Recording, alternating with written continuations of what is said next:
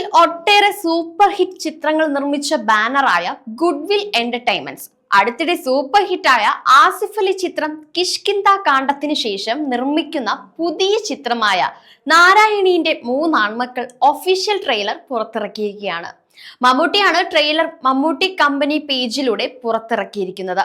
ഹൃദയം തൊടുന്ന കഥയും കഥാപാത്രങ്ങളുമായാണ് ചിത്രം എത്തുന്നതെന്ന് സമർത്ഥിക്കുന്നതാണ് ട്രെയിലർ.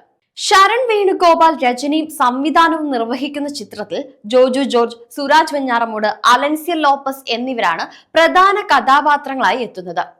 തോമസ് മാത്യു, ഗാഗി ആനന്ദൻ, ഷെല്ലി എൻ കുമാർ, സജിത മഠത്തിൽ, സരസ ബാലുശ്ശേരി തുടങ്ങിയവരാണ് ചിത്രത്തിലെ മറ്റു പ്രധാന അഭിനേതാക്കളും.